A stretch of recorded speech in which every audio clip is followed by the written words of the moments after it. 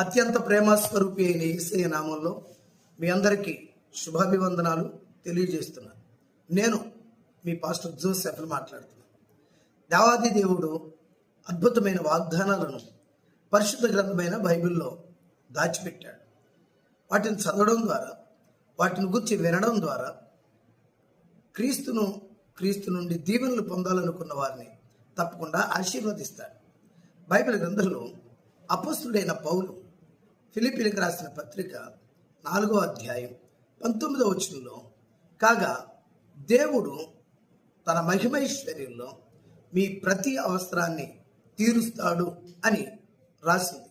ప్రియ తమ్ముడు, ప్రియ తల్లి, ప్రియ స్నేహితుడ, సోదరి, ప్రియ దేవుని బిడ్డలారా, దేనిని గురించి చింతపడవద్దు.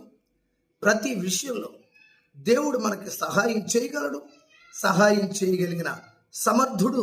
కాబట్టి ఆయన సహాయం నిమిత్తం మనం ప్రార్థన చేద్దాం. దేవుడు ప్రతి సహాయాన్ని మనకి ఇవ్వగలడు. మోడుబారిన జీవితాలను చిగురింప చేయగలడు. మారా అనుభవాలను మధురంగా మార్చగలడు. కనుక అట్టి శ్రేష్ఠుడైన దేవుని కృప కొరకు మనం ఎదురు చూడాలి. బైబిల్ గ్రంథంలో చక్కని విషయం ఉంది. అదేంటో తెలుసండి? అపోస్తుడైన పౌలు రోమీయులకు రాసిన పత్రిక 10వ అధ్యాయం 13వ వచనం 12వ వచనంలో చక్కని మాట ఉంది. అదేంటయ్యా అని అడిగితే, గ్రీసుడు దేశస్థుడని యూదుడని భేదం లేదు, ఒక్క ప్రభువే అందరికీ ప్రభు అయి ఉండి తనకు ప్రార్థన చేయు వారందరికీ సహాయం చేయడానికి ఆయన ఐశ్వర్యవంతుడు అని రాసింది.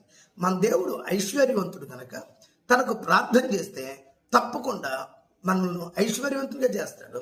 ప్రతి అవసరాన్ని తీరుస్తాడు.